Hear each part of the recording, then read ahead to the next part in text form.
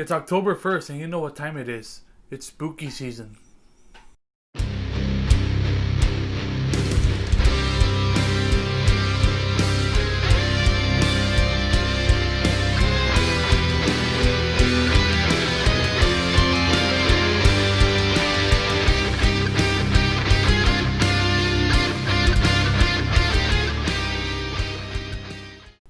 Hey guys, welcome back to Mike's Movie Madness, and happy spook season, happy Halloween.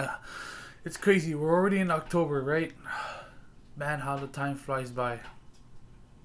In honor of Halloween and the special holiday that means so much to our hearts, for every week of October, I'm gonna be reviewing a horror movie, or not just horror movie, thriller. The good ones. Unfortunately, the bad ones as well. But leading up to my favorite horror film of all time, which would be on October 31st. I believe it's a Friday. Don't correct me on that. But actually, and segue here, I actually gave a clue to what my favorite horror film is on Instagram. By the way, go follow that link down below. So there's a lot of Halloween themed videos coming out in the month of October. So make sure to hit that subscribe button and turn on the little notification bell, because YouTube is really weird, to get all notifications for my videos. You're not going to want to miss it, especially this month. Now that all the formalities are out of the way, let's get down to it.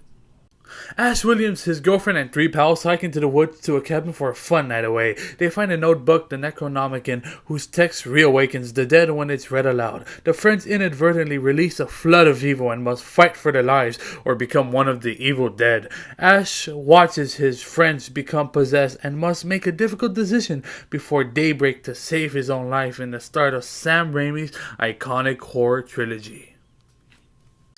Right off the bat, I'm just going to say this. This is one of the best horror films of all time. And there's no understating that. I love this movie so much because this proves that sometimes less is better. This movie had a budget of $350,000. For those of you for your fellow cinephiles and movie buffs, you know that's not a whole lot of money. That's a quarter in today's market. Not really, I'm just being an idiot. But I'm just trying to prove a point.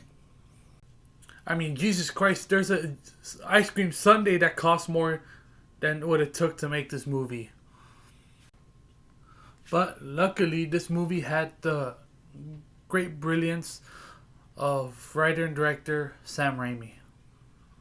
And really quick, for those of you who don't know who Sam Raimi is the guy who of course made the Evil Dead trilogy, the Spider-Man trilogy, and as of right now is looked to direct the Doctor Strange sequel, which I am very excited about.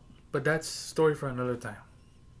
Really quickly, let's get it out of the way. The actors, for the most part, are alright. I mean, there's some moments where but then again, it was made in the 70s, so it's excusable in a way.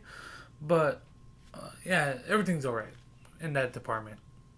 But the thing that really brings out this movie to me is two things: the production value and its story. As I said earlier, simple is better. And when you truly break down the plot of this movie, it's not much. It's about a group of teenagers who go to a cabin woods and can't leave. That's it. I mean, there's nothing much to that.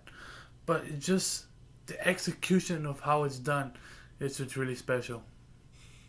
And I know I'll hear, Mike, this movie sucks. It has every horror movie cliche ever. It's horrible. And after I give him a few good slaps and maybe a punch in the groin, I'm kidding. Yeah, there's cliches in this movie. But who do you think started those cliches? The typical, oh, there's a cabin in the woods. Oh, there's a creek outside. Oh, there are teenagers having sex. Oh, and all that. Who do you think started it? This movie started. This is the movie that started all those cliches. And when you really think about it, if all these other horror movies are copying the Evil Dead's cliches, that must really mean something. That means that those cliches are awesome and that this movie is phenomenal.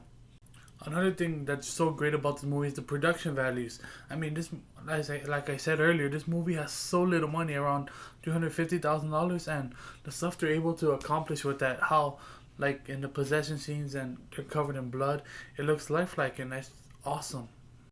Even when someone gets attacked in a movie and they start bleeding, it looks lifelike. And just to prove to you how lifelike it is, this movie is NC-17. And for those of you who don't know what NC-17 is, it's like there's PG, there's PG-13, there's rated R, and then there's NC-17, which is only 17 allowed in a theater. And that means some shit's about to go down in that movie. And that means that's how lifelike it is. It actually looks like people are getting brutally murdered. And that's how amazing the production value is in this movie. It's almost perfect. It is perfect. I know this review is going to seem a little short, but it's hard when a movie like of this caliber is so just almost perfect and just great in every way. It's hard to say stuff about it. And so let's go into my final thoughts and my grade. Overall, this movie is a horror classic and proof that you don't need much to have a lot. And plus, this movie launched Bruce Campbell's career. I'm going to give The Evil Dead an A. Thank you all so much for watching. Make sure to hit the like button and subscribe to the channel. And make sure to stay tuned this month for more Halloween videos. But until then, step into the back.